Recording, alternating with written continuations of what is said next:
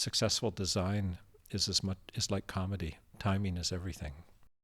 The nature of technological innovation and most innovation is about 20 years from the time the idea is first expressed to the point where it becomes mature and, let's say, $1 billion industry.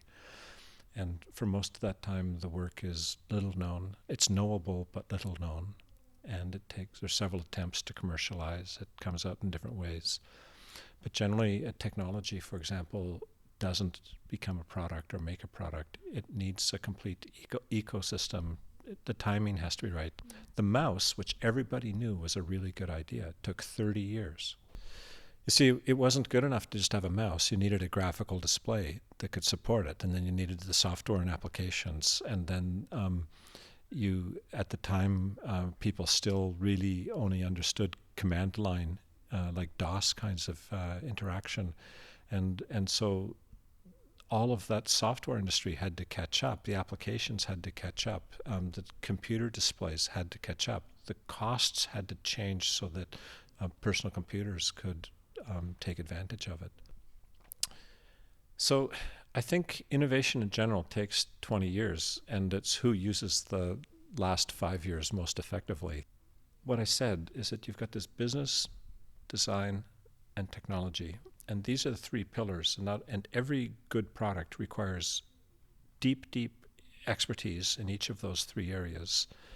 And no single person can do all three. So you need a team.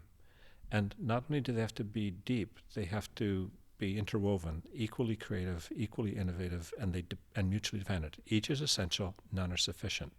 The most brilliant thing about the Netherlands is that with, for example, TU Delft, and especially in terms of intelligent systems, the TU Eindhoven, is that design exists in an institution that's actually a technological university. That's unusual in the rest of the world. Usually, if there is a design department at a university, it's in with the social sciences, and with some place that has an art department and maybe a psychology department and English literature and maybe so on and so forth. That here, if what I'm saying is true about these three pillars, let's leave the business part aside for the moment. At least two of the pillars, you have spectacular excellence in the technology and science side as well as the design side in the same institute, so you can draw on those resources.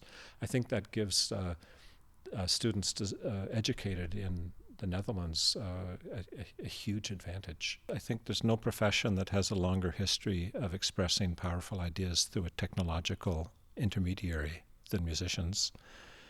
And so what happened was I started to play electroacoustic instruments, and then I started designing my own instruments, and the instruments needed to be responsive and so on. So you could say that the multi-touch technology on your smartphone grew directly out of a drum that we made back in 1984. What I care about are smart people. It's the people that you care about. It's the people you hire. So if you ask me, do I believe I'm seeing work by people who have a very high chance of making serious impact on products and design and the social and cultural things that design does? Absolutely. I